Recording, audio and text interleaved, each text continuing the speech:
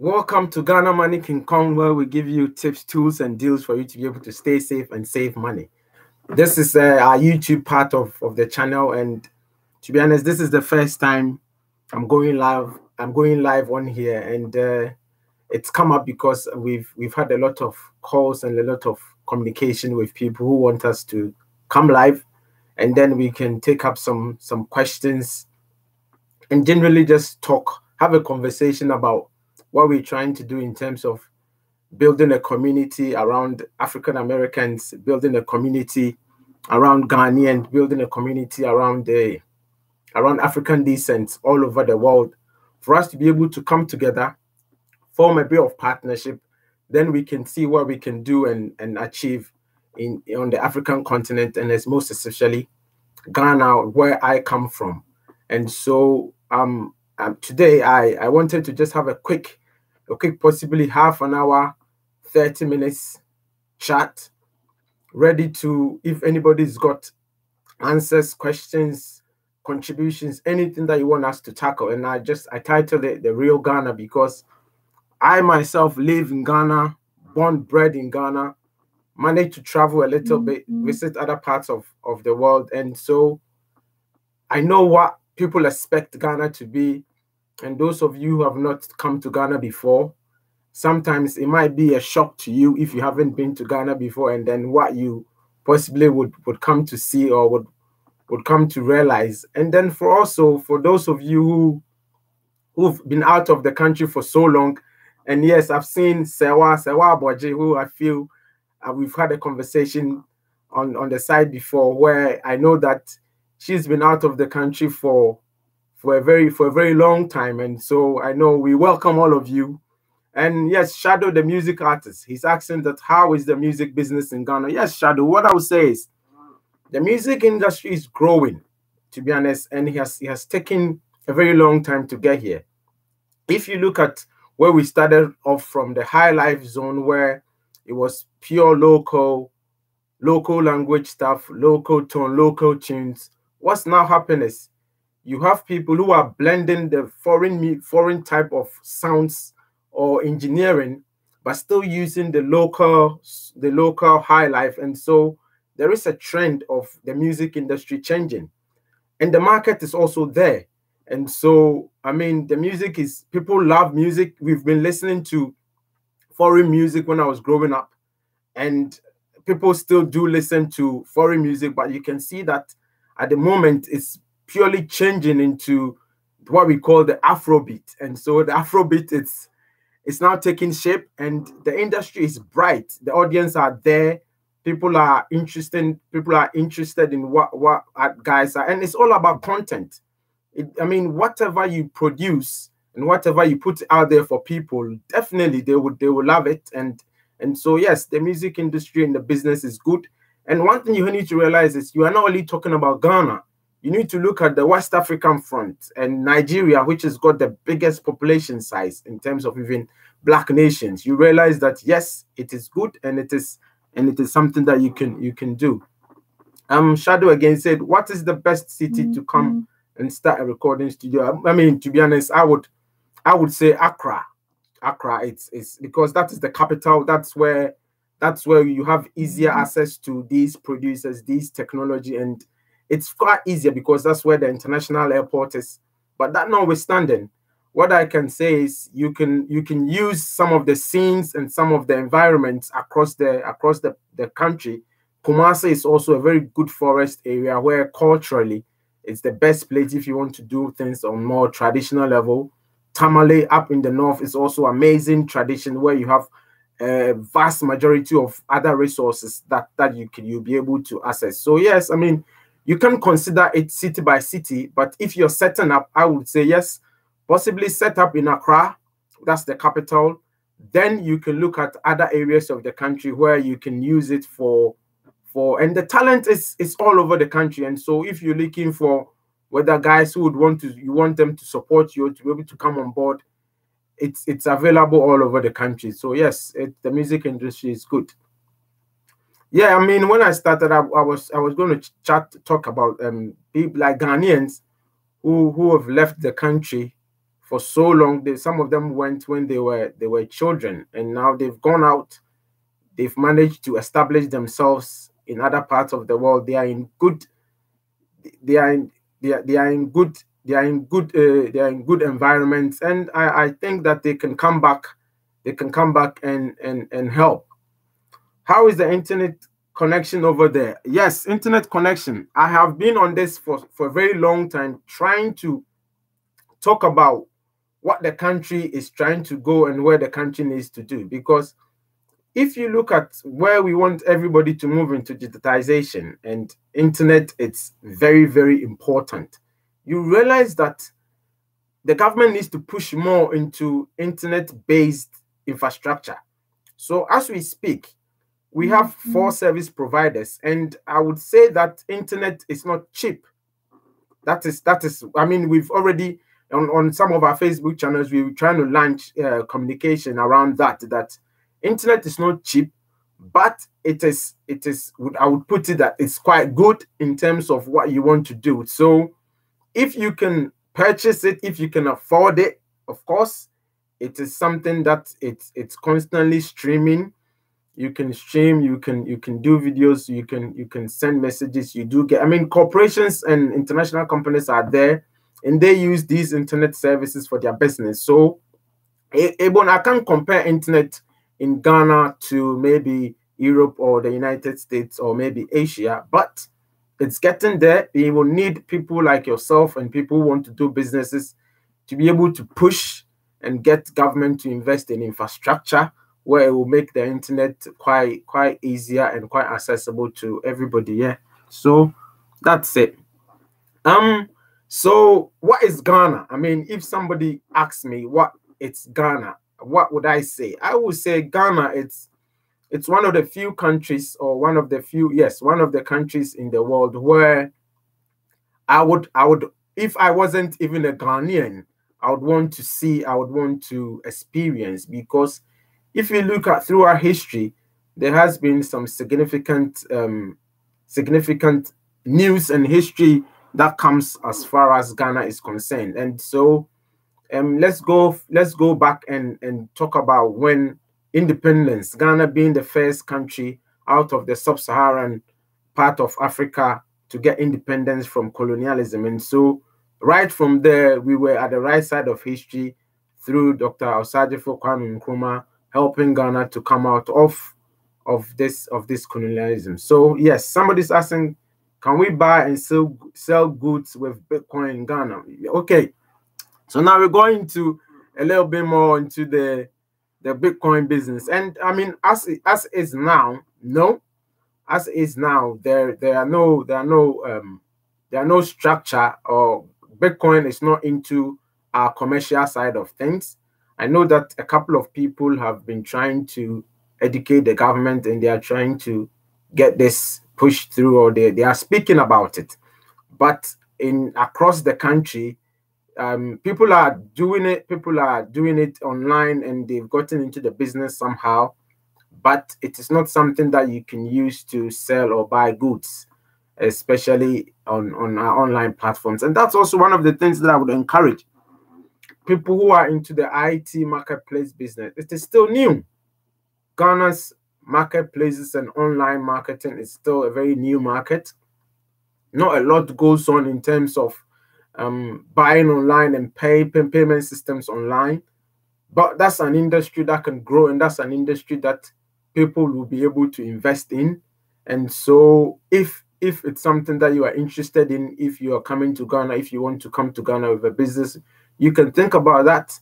One of the payment system that's very much going on well in Ghana is the mobile money payment system. And so as we speak now, the penetration level on mobile money payment is very huge. So for those of you who don't understand mobile money, this is how it works. So most people in Ghana, majority of Ghanaians have mobile phones, and the telecommunication companies have now been able to harness that into getting payments through that mobile system. So the mobile phones that people use, they're able to use that to transact business. What that means is if you're going to introduce something, if you're going to be doing some sort of marketing or selling, people can buy and pay through the mobile money platform. And that has been a game changer in that aspect, because what's happening now is everybody, people who live in even communities that at one point wouldn't even be able to come online, will be able to do things with you, are able to pay with mobile money. And so if you are setting up any form of business in Ghana, please look it up if you don't really know the business of mobile money, and see how you can integrate that on your system or your payment, your point of sale system, so that it becomes easier for you to be able to still receive your money, or for you to be able to get people, consumers, to be able to purchase. So back to Ghana. Yes, so right from independence, Ghana has been able to establish itself as a sort of a player in the African continent, in terms of history, in terms of even football, where the Black Stars are well known. They've done well over the years. We still have our issues, but yes, we love football. We love our tradition. So Ghana, we have a different forms of traditions in Ghana, because there's a lot of ethnic groups combinations in Ghana. Each ethnic group has got their own way of life, their own way of dressing, their own way of music, their own way of festivals. So that is also another aspect that you need to understand, that not everybody speaks the same local language.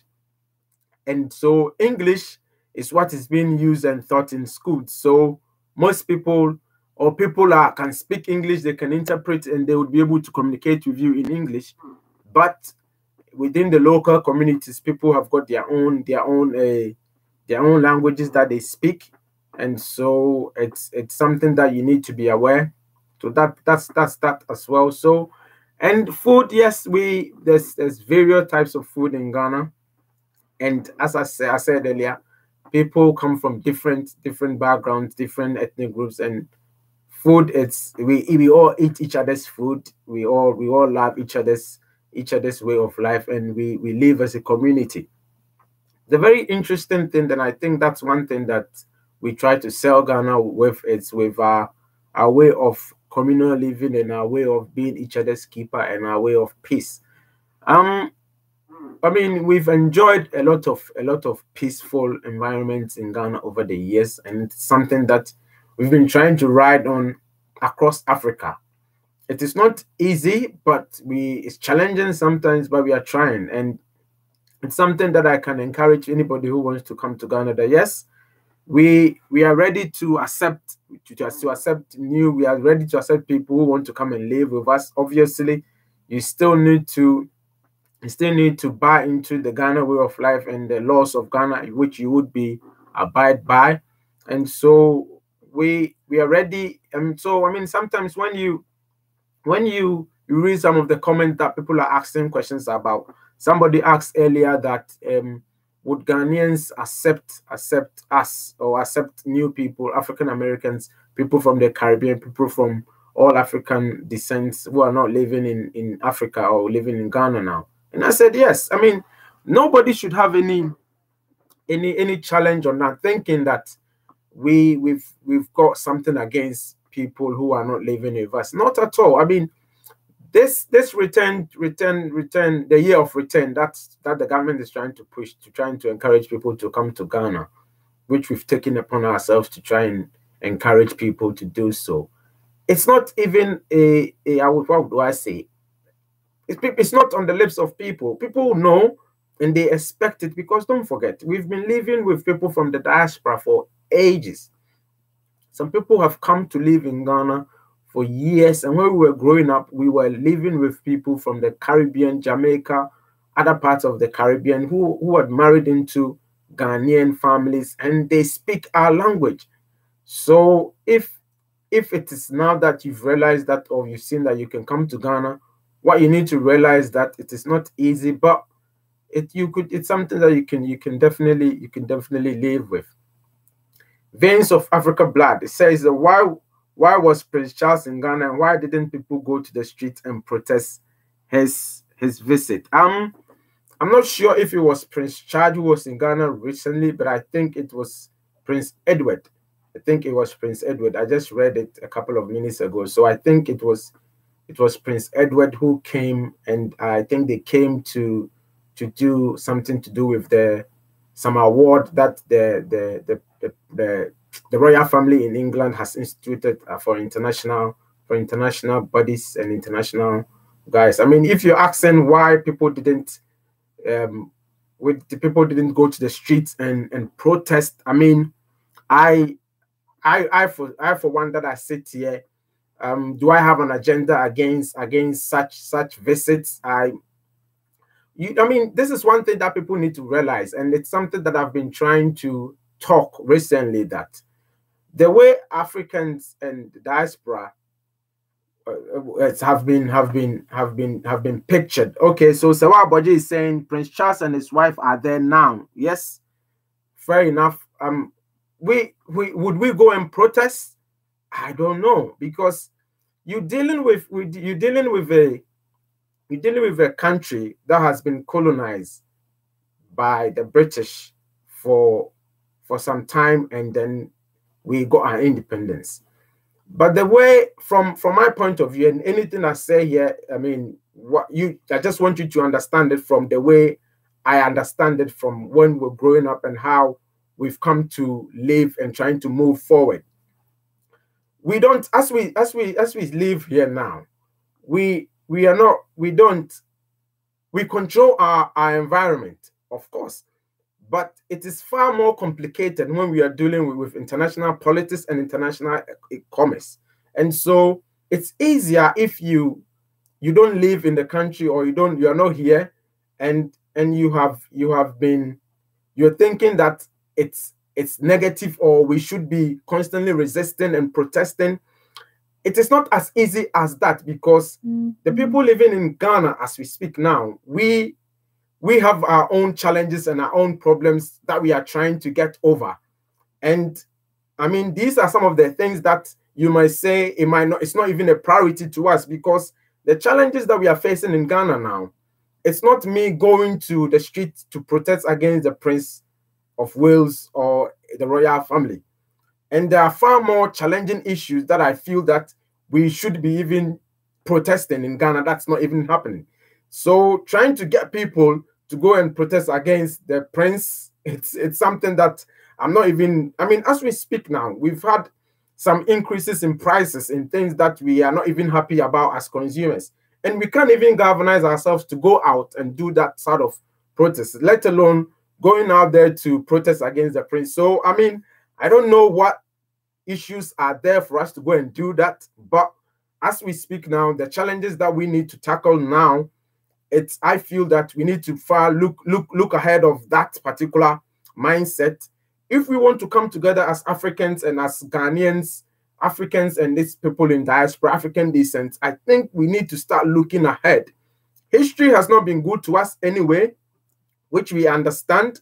But as we speak now, we cannot constantly be on that trajectory. We need to learn from it. We need to understand. We need to appreciate what's happened and gone on, which wasn't good.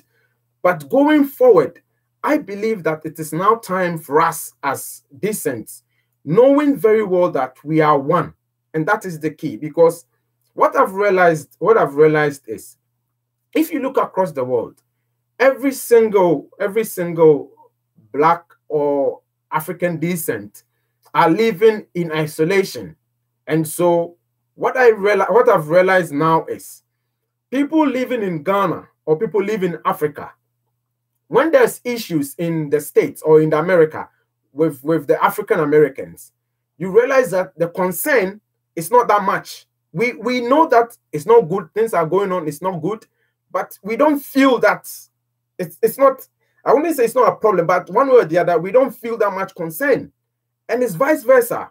The issues that goes on in Africa, people talk about it in the States, people talk about it in other parts of the world who are, we can say, are kind, but you realize that it is not as if people want to come and help just like that. And so that disconnect, it's there. And we can even look at people who live in the Caribbean and people who live in America, which is supposed to be a very close in terms of the locations. But even that, there's a disconnect. So if you are trying to move forward as people of color, or as people, or let's say Africans, in my opinion, I feel that we need to start collaborating. And one of the things that we've done, and one of the things that we've put in on, and right, yes, Washington, yes, thank you for coming online. We've been having, he's one of the guys who is on our network. We've now formed a network of Africans and Caribbeans, Africans and African Americans, Africans and people, Black people in Europe, and all the networks and all the WhatsApp pages are online. It's on our channel. If you go there, you see. All that we are trying to do is, if we can coordinate, if we can come together, if we can start syncing the same theme, I think there's going to be a lot of good works that we can do together. Because since we created this platform, and we have a farming platform, so there's a farming platform where people from all over the world who are interested in farming in Ghana are on there. And it's called the Ghana Farming Networking. Go and listen to the discussion that's happening. You can see that you have local farmers, you have people who are interested in farming, you have guys who've got experience in farming, and people are having just a discussion. It's just discussion that we can bounce off ideas from each other. And if we continue to do that, we can realize that it will start building into something that will be beneficial to everybody. It doesn't matter where you are. So that's number one. Then we've actually formed another community called Coming to Ghana. And this community is so interesting because you have people who are going to Ghana now. You have those who are in Ghana now. You have those who are going to Ghana January and throughout next year. And the communication and the conversation that's happening on that network is such that you can feel the sense of community, the sense of bonding. And a very interesting something happened yesterday when we were chatting. Then we even realized that people living in the States are very close to each other, but they are not even communicating. So through this network, now we are able to even link brothers and sisters who are living close by themselves, even in the States. And so I think this is where we need to gather our strength, because there's so much that people have. There's so much potential that we living in Africa see that we have. But if we don't come together, if we don't get that community bonding and then look ahead, it's going to get to a time where even the little that is left in Africa, because I realize that if you look across, Africa is what's left. If we don't harness it now, if we don't get our own, if we don't get it now, then we are going to be in trouble. And so we shouldn't lose our land. That's number one.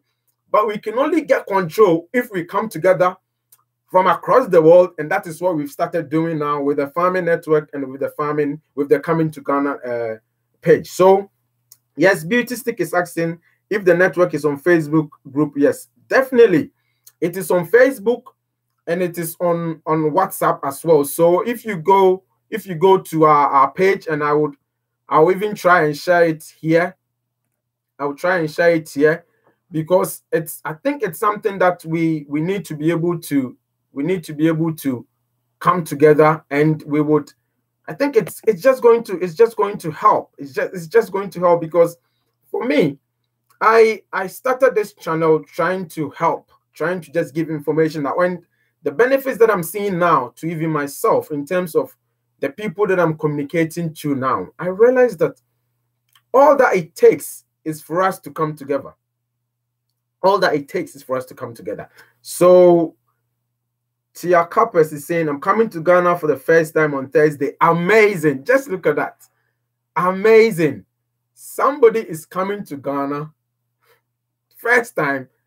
And I mean, what else? What else can I say? These are the good stuff that I feel that we need to start. We need to start putting it out there, because he's not been to Ghana. I had a very nice conversation with an African American yesterday, and I was so amazed. I mean, for him, he's ready to come, stay, live there, and start a business. And if you look, we had a discussion and the sort of things that he wanted to get in. I realized I was touched.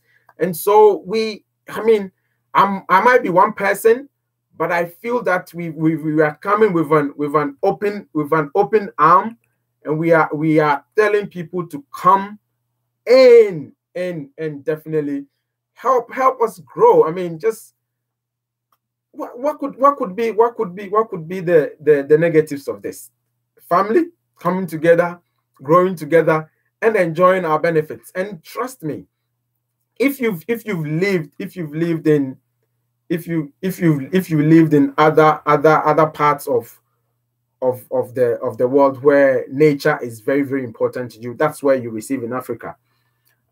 Veins of Blood says, thanks for your response to my previous post. Did you already discuss how much an individual will need to invest in farming in Ghana? We haven't talked about specifics as to how you're going to invest in terms of how much you need, but I would encourage you to join this network and ask your questions. So it's called the Ghana Farming Networking.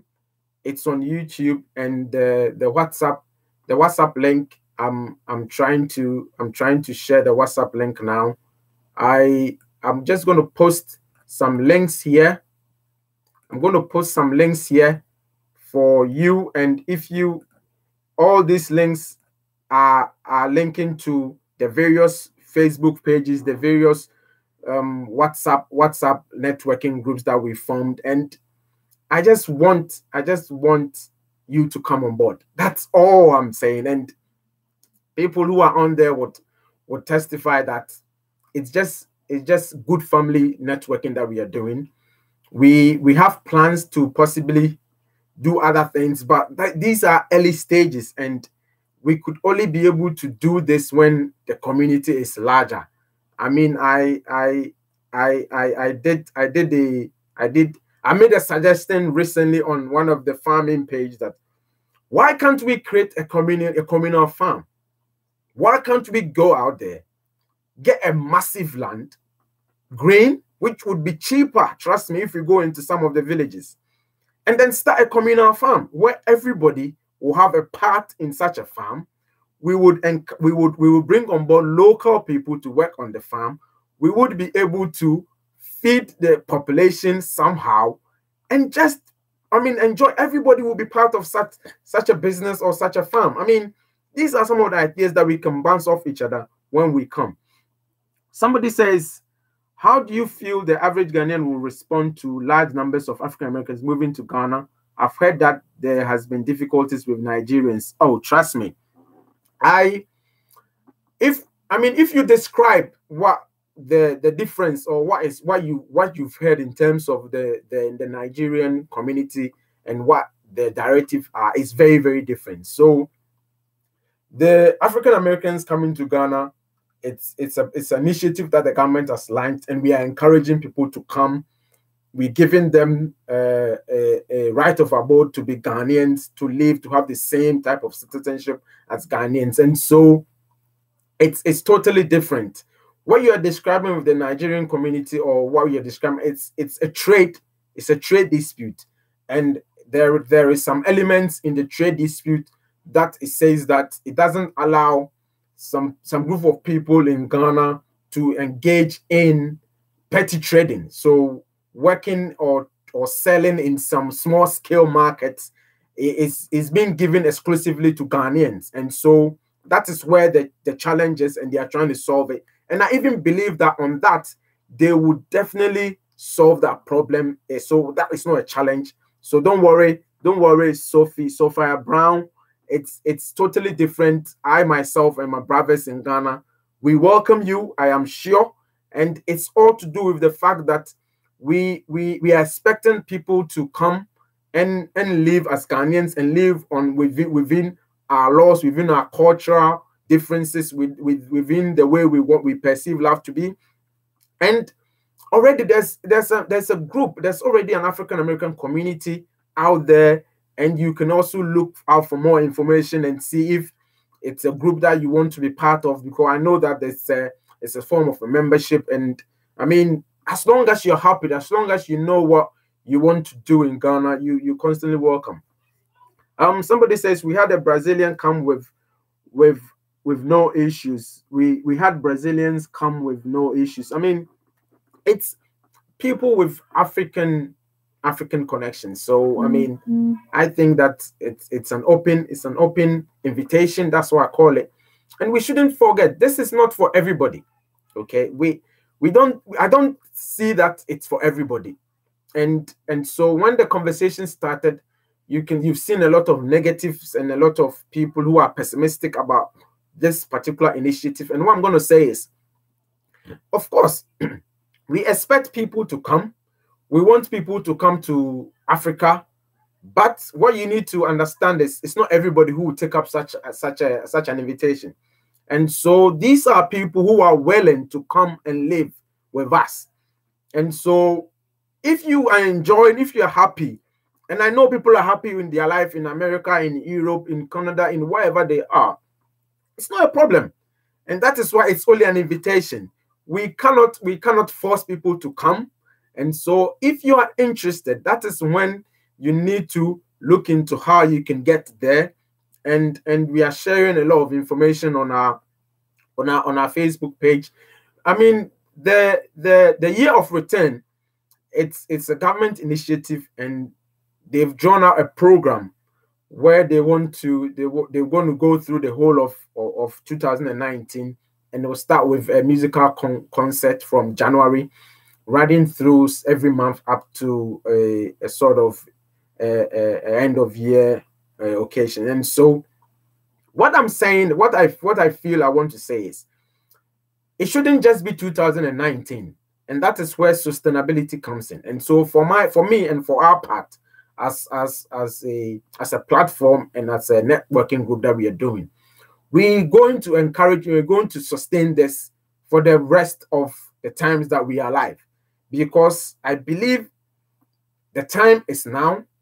And I had a conversation with somebody recently, and what she was saying is, this is spiritual. This is spiritual. It's not coincidence that within the past 2-3 weeks, I came online, did a video, and then suddenly you're seeing this bond. So yes, somebody's asking, is the group is only for farming? No, we have a specific farming group. Then we have a coming to Ghana group. And so please look on top of the chat again. The links are there. I'm going to post it again. Just go through the various links. You see the various pages, and you can join. You can come on board and just bring your contribution. So we need to be able to sustain this dream and sustain this spirit. And it's only if people share, and it's only if people spread the word, as my brother would say. Let's just get this going viral, because there's a lot of videos that goes viral, which are sometimes not to our benefit.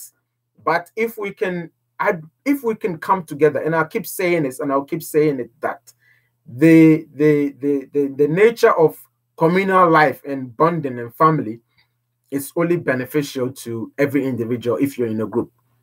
So somebody say, how is the logistics side of farming in Ghana? Is it hard to purchase trucks in Ghana to move products? Absolutely. I mean, I've done a video on this before, and I was speaking about the other side of farming and agriculture business that people can get in, and that is the logistics and transportation. People are doing it already, but I would say maybe they're not doing the way I would love it to be done. Professional storage facilities, professional packaging, so that we can even reduce the post-harvest losses. So at the moment in Ghana, when there is harvest time, when people harvest products and food stuff, there's a lot of food waste that goes on. By the time it is actually harvested from the farmyards to the consumer side, or to where they're going to process it, or whatever you may see it to be. This wastage could easily be avoided if we have investment in transportation and logistics. So yes, we don't manufacture trucks in Ghana, but yes, there are various types of trucks that you'll be able to purchase, or you'll be able to maybe import into the country to help the business. But if people can look into logistic business, tracking business, which I feel is very popular in the States, if people can look in tracking business, whether you're going to buy your cars from Europe, Germany, from US, or whatever it is, once you get such a business in Ghana, I bet it is going to be a success, because it's all about how you market yourself. It's all about how you get close to the market yard, and you could actually save some post-harvest losses that we're experiencing. I think that's one thing that I also need to be able to make it clear, that when we are talking about people coming to Ghana, we are not constantly talking about maybe the hard investment, the hard sort of businesses where you need to come and build, come and create, come and establish a structure to do business. Let's look at soft skills. People who have got some form of soft skill in terms of business consulting, consultancy, teaching, education, counseling, sort of making a general impact, social life. There is a market. I feel there's a market over there as well, because it's a growing community, it's a growing economy, and people need to get into such things where it will be helpful. Because if you look at education system, education sector, we need people to be able to bring on board their experiences. We need people to bring on board what they've learned in other parts of the world, which could be relevant into how society needs to grow. And so it could only help. And so if you are thinking about coming to Ghana, don't be so much worried about maybe not being able to have this hard businesses, but then softer skill businesses are also something that you can get yourself into, where if you feel your skills could help setting up business and just advising other people how to do things right. That's a business right there, and when people are already doing it, it's already in the market, and it's good that we will have people who could come and impact. So I wanted to do this for half an hour, but I can see that I've already done about 37 minutes. So from going forward, this is the first live chat video that we've done, but I believe it will continue doing this, and come here, try to listen, try to see if we can answer a few questions that people will have. And if you have any questions, if you feel that you want to send an email, I'm going to put my email address here. You can send me an email, and we can pick it up from there if that's the way you want to go, because sometimes not everybody would want to maybe do a WhatsApp or a YouTube. So yes, you can send me a message, which is simonoa@ghanamoneykincon.com. Yes, that's there. If you want to send me a WhatsApp directly, that's also the number that you can send me a WhatsApp message, and then I can actually add you onto the various networks that I've started. So somebody's asking Veins of African Blood. I have my own logistic company stateside, so I know logistics is a great way to get money employed in if Ghana have the infrastructure. Yes, I mean it's you've just nailed it. So yes, if you already have the business, it means you understand how it could be run properly based on the environment that you find yourself. So whether you need to start making some networks and start looking at how that can be done in Ghana, is up to you. If you want us to be able to support you, you can basically come on board, and we can help. We can get you into linking with others who are already in the business. If you, I mean, we are just here to help. I mean, I find it so rewarding being able to just even come here and answer some of these questions. And so for me, this is great. This is good news. To be honest, I didn't know how this would take when I started this channel. I wasn't sure how people will receive us trying to do this type of work, but it's turning into something worthy, and I'm glad. When MC Rubin say, "Keep it up, bro. You're doing a great job. God bless." I feel blessed, Ruben. I really feel blessed if people like yourself are giving us good feedback. And so all we can say is please spread the word for us. Let people know that there are people in Africa, Ghana, who are ready, who will love you to come, whether you are Ghanaian, who are not sure. And that's one of the things that we'll try and cover within the next few weeks, because there are a lot of Ghanaians as well who have gone out of the country and they are not happy to come to Ghana. They don't trust the system. They don't trust certain family members. They don't trust the way we work. They don't trust the economy. There's so much distrust. But I am a positive person, living, working in Ghana, knowing how the system works.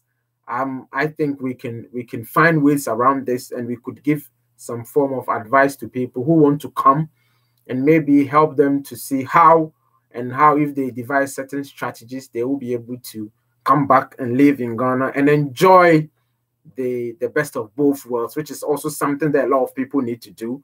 We're not saying leave the United States, leave London, leave Ireland, leave Germany for good. No, you can enjoy the best of both worlds if that's what you want. And so I'm gonna stop now. If you have any questions, please come on board the various networks, send me messages, and we will try and answer them. Until I come back again, I'll try and basically make this consistent so that we would have a sort of a structure going forward. But until then, enjoy your day, have a good weekend, subscribe if you haven't done so, spread the word, and let's just keep the conversation going. Bye.